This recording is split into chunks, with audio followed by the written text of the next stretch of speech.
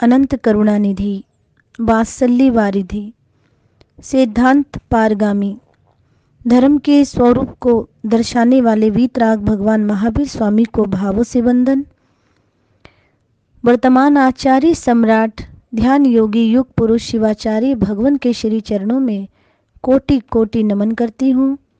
मम हृदय निवासिनी गुरनी मैया महासाध्वी सरल आत्मा श्री वीणा जी महाराज साहिब के श्री चरणों में शत शत नमन करते हुए धर्म प्रेमी बंधुओं, माताओं एवं भवि जीवों, आप श्रवण कर रहे हैं प्रतिदिन महापुरुषों की शिक्षाप्रद वार्ताओं को और वीतराग भगवान की वाणी को। आई होप कि मैं उम्मीद करती हूँ कि आप सुने हुए में से कुछ ना कुछ तो आचरण में अवश्य में लेंगे और लेना भी चाहिए। यही हमारी निजातम कल्याण का मार्ग है। तो किसी ज्ञानी आत्मा ने कहा है, अमृत बाजार में नहीं मिलता, अमृत संतों की वाणी में मिलता है। देह अमृत है, संतों की वाणी अमृत है। कहा गया है कि देह अमृत है, संतों की वाणी अमृत है। आपको पता होना चाहिए कि जब समुद्र मंथन हुआ तो उससे जहर और अमृत दोनों निकले। वैदिक धर्म ऐसा कहता है। अमृत तो देवों ने पी लिया, पर जहर पीने को कोई राजी नहीं हुआ। अब भला जहर किसको अच्छा लगे। अंततः वह शिवजी को पीना पड़ा, ऐसा कहा है। कथा संकेत करती है कि जिन्होंने अमृत पिया वे देव हो गए और जिन्होंने हंसते हंसते जहर पी लिया वे महादेव हो गए। तो इतनी बड़ी किसी के ऊपर उपकार करना और उस उपकार के बाद दुनियावी लोग बुराई के मार्ग को ही ग्रहण करते रहे। उन जहर को, उस विष को पीने वाले का उपकार और अमृत को पीने वाले के ऐसा सौभाग्य हमें देख करके शिक्षा लेनी है कि आजकल की दुनिया में जो नई पीढ़ी है उसको समझाने के लिए एक वार्ता अवश्य कहना चाहूंगी कि मुखाग्नि किसे कहते हैं। ये किसी चिंतनशील आत्मा ने कहा कि मुखाग्नि किसे कहते हैं। जो मुर्दे की चिता को दी जाती है वह नहीं, बल्कि वह है जब कोई बीड़ी सिगरेट पीता है और उसके मुख में जो अग्नि होती है वही मुखाग्नि है। धर्म प्रेमी बंधुओं, माताओं, बहनों, भभी जीवों, मतलब साफ है, बीड़ी सिगरेट पीने वाला अपने को जीते जी मुखाग्नि दे रहा है। देश के युवाओं के कंधों पर स्वर्णिम भारत के निर्माण की जिम्मेदारी है, ऐसा महापुरुष फरमा रहे हैं।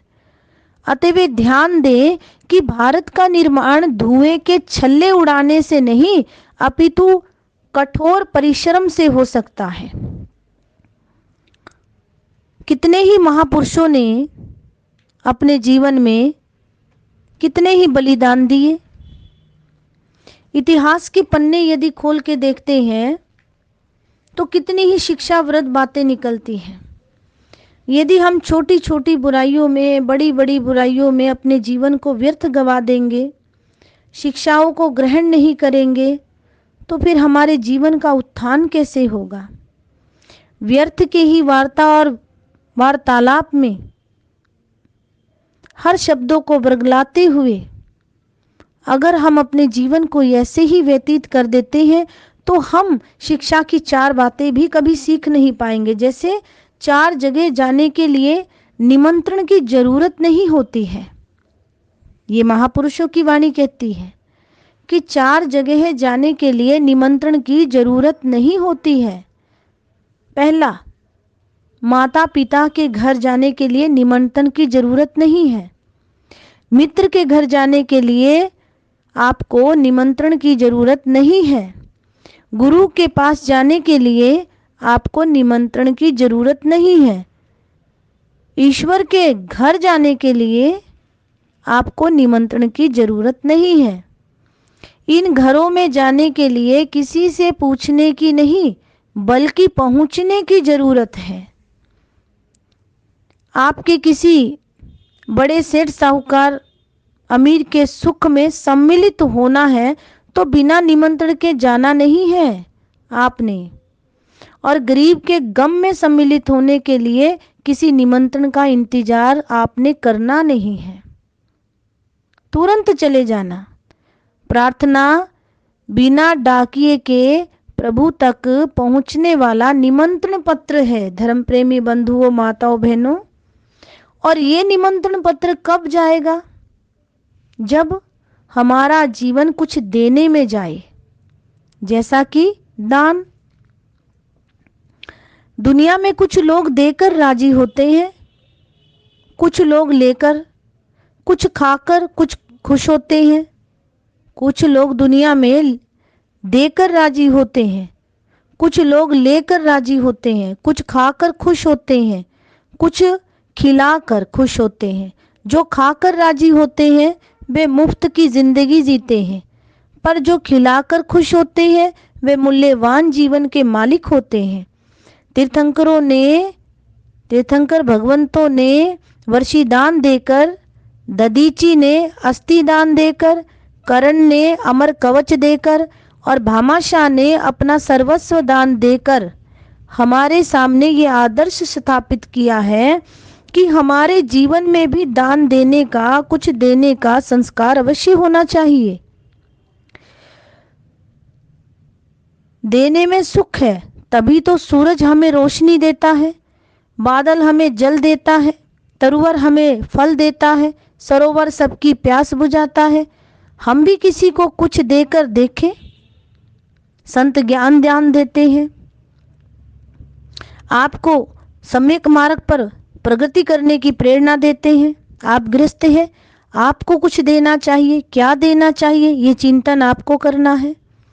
प्रकृति के घर से हमें सुकून और सौगात अवश्य मिलेगी अगर हम ऐसा दे दे करके जीवन को व्यतीत करते हैं। जब आप मंदिर जाएं तो ईश्वर के नाम पर केवल वहां के गुल्लक में ही समर्पण ना करें, बल्कि मंदिर के बाहर बैठे किसी भूखे और दीन दुखी को भी कुछ समर्पण अवश्य करें। इससे इंसानियत की भी सेवा होगी और ईश्वर की भी। परमात्मा स्वयं राजी है, वो तो समभावी है, बीत राग है, ना राग है ना द्वेष है। आपके कर्म आपके साथ हैं। कभी किसी पिंजरे में कैद कबूतर को आसमान में उड़ाकर देखें। कत्ल खाने में कटने जा रहे पशुओं को जीवन दान देकर देखें जरा। उन बेजुबानों की दुआएं आपके बिगड़े कर्मों को संवारने में आपकी अवश्य मदद करेगी धर्म प्रेमी बंधुओं। कहा गया है अगर शिक्षा लेनी है तो छोटी छोटी बातों से हम शिक्षा ले सकते हैं। रबड़ की निप्पल का करिश्मा देखिए कि उससे रोता हुआ बच्चा चुप हो जाता है, और संत की वाणी का करिश्मा देखिए कि आदमी अभाव की जिंदगी में भी खुश हो जाता है। यही देना है हमारा। याद रखना धर्म प्रेमी बंधुओं, माताओं, भवी जीवों, सुख हो या दुख दोनों ही दूध के दांत है। इनका टूटना यानी जाना तय है, पक्का है कि इन्होंने जाना है। सुख और दुख दूध के दांत है। सुख दुख स्थायी नहीं होते, स्थायी तो आनंद है, आत्मा का आनंद, जो साधनों से नहीं साधना से मिलता है, वासना से नहीं उपासना से मिलता है। तो धर्म प्रेमी बंधुओं, माताओं, भवी जीवों, कुछ शिक्षा भरी महापुरुषों की वाणी हमारे जीवन में यदि आनंद घोले तो उस पर चिंतन कीजिए। इन्हीं वक्तव्यों के साथ अपनी वाणी को विराम देती हूँ। ओम शांति। जय महावीर।